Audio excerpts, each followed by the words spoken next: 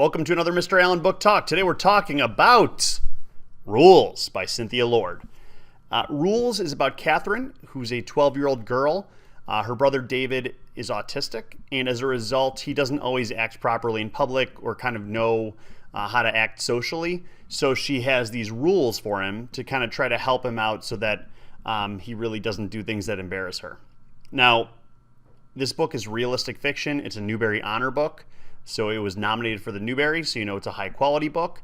And one thing I like about it is that Catherine is put into very realistic situations. I'm going to be kind of vague about this, but have you ever found yourself in a position where you could either do the right thing and kind of maybe embarrass yourself, or kind of do the wrong thing to try to look cool in front of somebody else?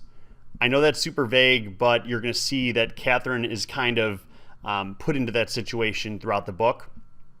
Another twist is that a new girl moves into her neighborhood, and the new girl is pretty popular and cool, and Catherine wants to befriend her.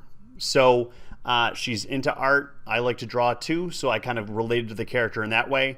But like I said, the cool thing about this book is that it's very realistic, and it's pretty easy to relate to because Catherine, in spite of maybe your family doesn't have the same exact situation that she has, she still kind of goes through normal teen problems and struggles that, anybody can kind of connect to. So, without further ado, I'm going to read a short excerpt from the book. Rules for David. Chew with your mouth closed. Say thank you when someone gives you a present, even if you don't like it. If someone says hi, you say hi back. When you want to get out of answering something, distract the questioner with another question. Not everything worth keeping has to be useful. If the bathroom door is closed, knock, especially if Catherine has a friend over. Sometimes people laugh when they like you, but sometimes they laugh to hurt you. No toys in the fish tank. Follow the rules. Come on, David. I let go of his sleeve, afraid I'll rip it. When he was little, I could pull my brother behind me if I didn't want to do something, but now David's 8 and too strong to be pulled. Opening the front door, I sigh. My first day of summer vacation is nothing like I dreamed. I'd imagined today warm, with seagulls winging across a blue sky, not overcast and damp. Still, I refuse to grab my jacket from the peg inside the front door. Umbrella? David asks, a far-off stare in his brown eyes. It's not raining, come on. Mom said to go to the car. David doesn't move. I get his favorite red umbrella. Okay, let's go.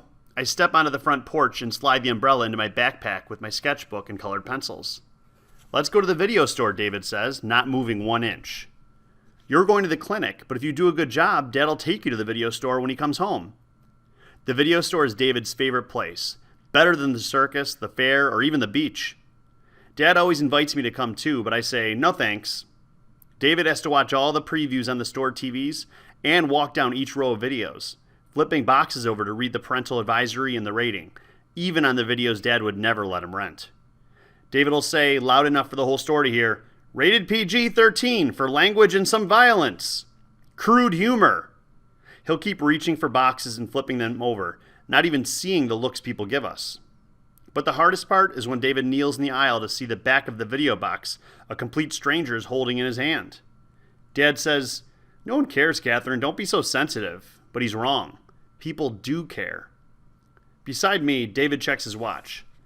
I'll pick you up at 5 o'clock. Well, maybe 5 o'clock, I say. Sometimes Dad's late. David shrieks, 5 o'clock! Shh! I scan the yards around us to see if anyone heard, and my stomach flips.